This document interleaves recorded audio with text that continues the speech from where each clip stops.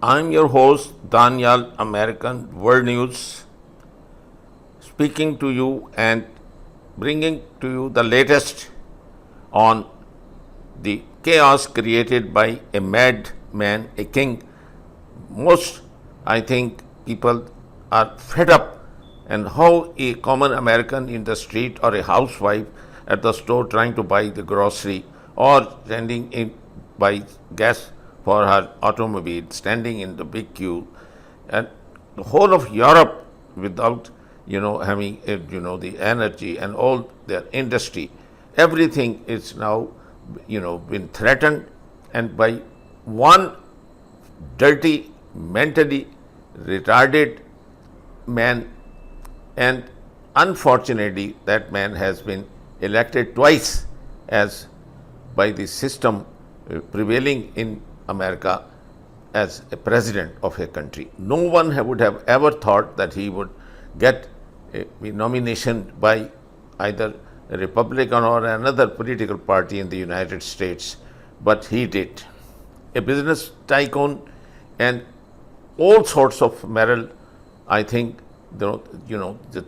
his decay and corruption are known to the whole world, and the way he has turned the female genitalia into pussy, and he has been talking about that, and the women flying with it, telling that how he would, without their consent, he is putting his hands where I'm ashamed to even mention those. This is the way this sexual pre-word has been there, and the running and his sarcasm, the way he has treated the head of state of people who've been faithful and aligned, and particularly I am putting some of the, I think you can listen to them, the Prime Minister of UK, you can listen to the Prime Minister of Spain, to the Prime Minister of Italy, and you know what he did with the president, a Jewish, a Israeli citizen who has absolutely no right to be there in Ukraine, and then how he treated him and then sent him home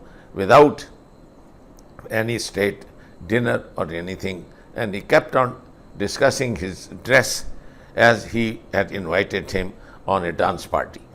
Now, when a man is so non-serious and running the business of his state, and the way he's been talking about a sovereign country in Iran with a historic that as their culture, the Persian, and their contribution in science and medicine, and known to people for thousands of years, and he mocks at Iranians and he calls them bastards. He has given them all kinds of names, and the man he is following is one of the dirtiest, filthiest, the cruelest person, Natenyahu, who is worse than him, is a morally corrupt man, and for the last 30 years he has left no stone unturned to destroy peace.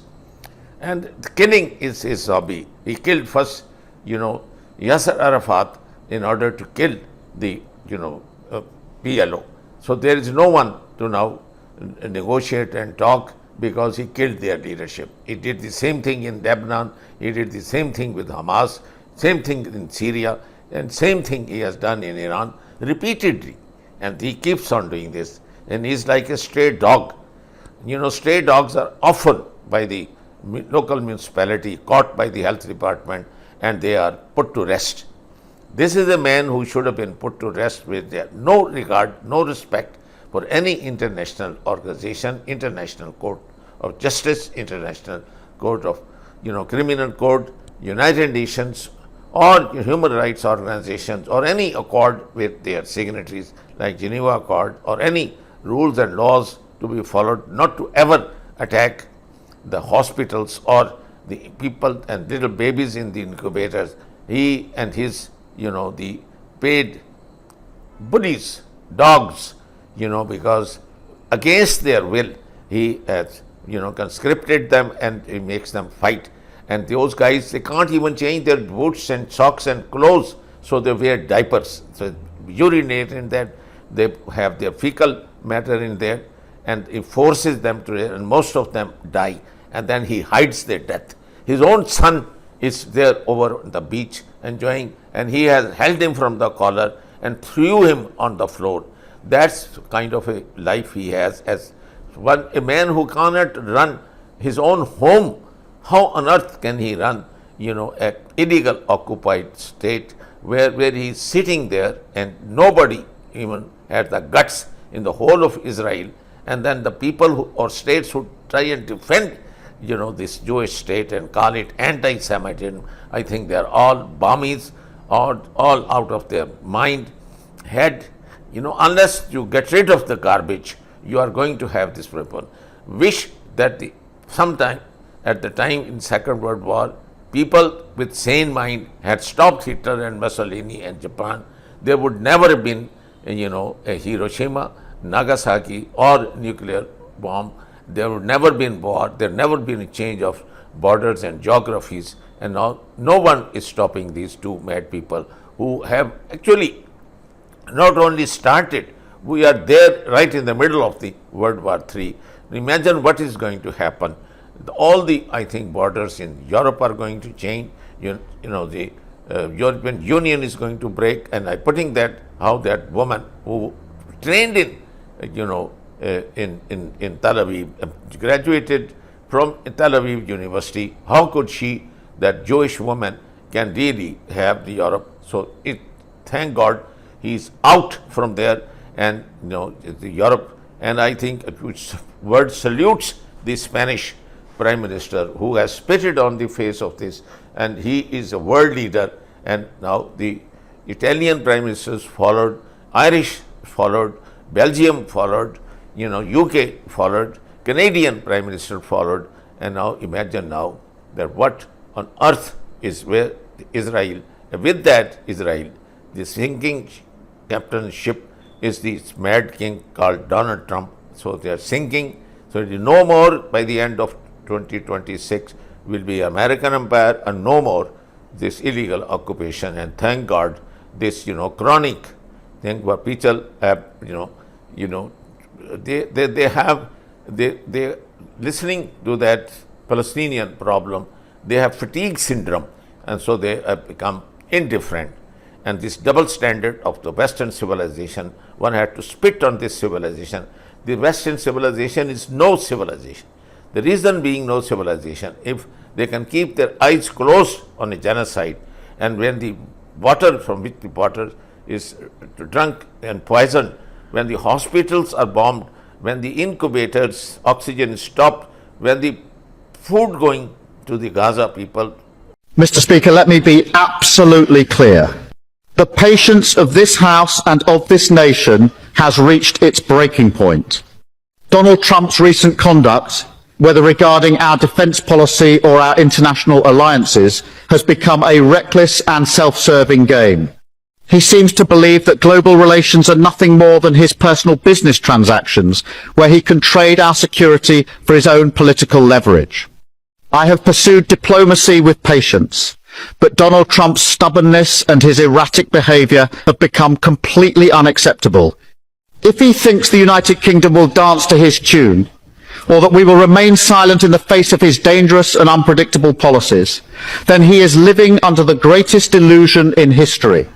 We are a sovereign nation, not a fiefdom to be exploited.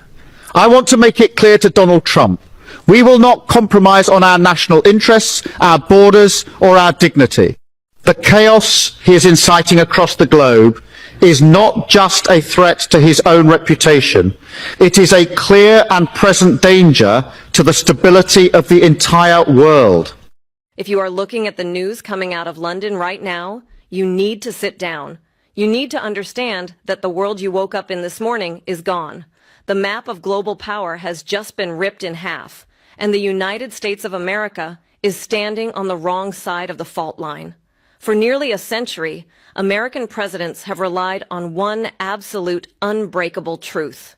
They believed that no matter what happened in the world, no matter how bad things got, they had the special relationship. They had the United Kingdom. London was the anchor of American influence in Europe. London was the unquestioning deputy. London was the loyal friend.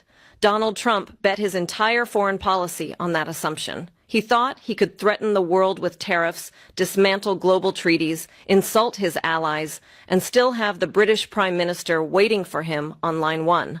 But today, the phone rang in the Oval Office. And it wasn't to offer allegiance. It was to say goodbye. In a joint press conference at 10 Downing Street that has left Washington absolutely paralyzed, the UK government didn't just announce a trade deal. They announced a geopolitical earthquake.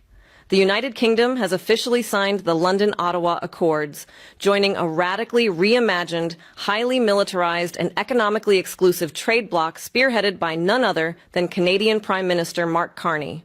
They are calling it the Commonwealth Common Market, but the Pentagon is already calling it something else. They are calling it a fortress. And the most terrifying part for Donald Trump, the doors to that fortress are locked from the inside. And America does not have the key. In the next few minutes, I am going to show you exactly how Mark Carney orchestrated the greatest diplomatic coup of the 21st century. I'm going to show you how a man who used to run the Bank of England used his deep personal ties to London to steal America's oldest ally right out from under Donald Trump's nose. I'm going to break down the exact financial and technological mechanisms that are about to make the days of our military sending 70 cents of every dollars to the United States are over. You know, where they take their refuge in their tents are put to fire and they laugh. When they are paid and they are watching some kind of a play, sit on the top of themselves, and that's the Jewish mentality of Israelis, what they have been doing to the suffering in Gaza and Palestinian. And now you can see the screams and yells when Tel Aviv is bombed, when Haifa is bombed.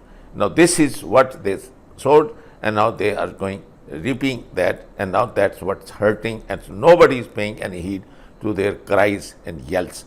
This whole thing can stop, this whole suffering can stop once these two people are arrested and handed over to the International Court of Justice, and some new people take their place both in this illegal occupation and come to some sort of peaceful term with both Egypt, with both the Palestinians, Syrians, Lebanese, Iranians, all the borders, and live in peace. And same thing if the United States of America have this change, and the Venezuela man who they brought and hijacked is freed and sent back, and all what is done, this compensated, all that destruction, all those school children, the women, girls in Iran and in Gaza. Imagine now where the yellow or red or line, to just an illegal occupation, and again helpless United Nations, helpless all the OIC, helpless any other international body and the court. There is no place where one can go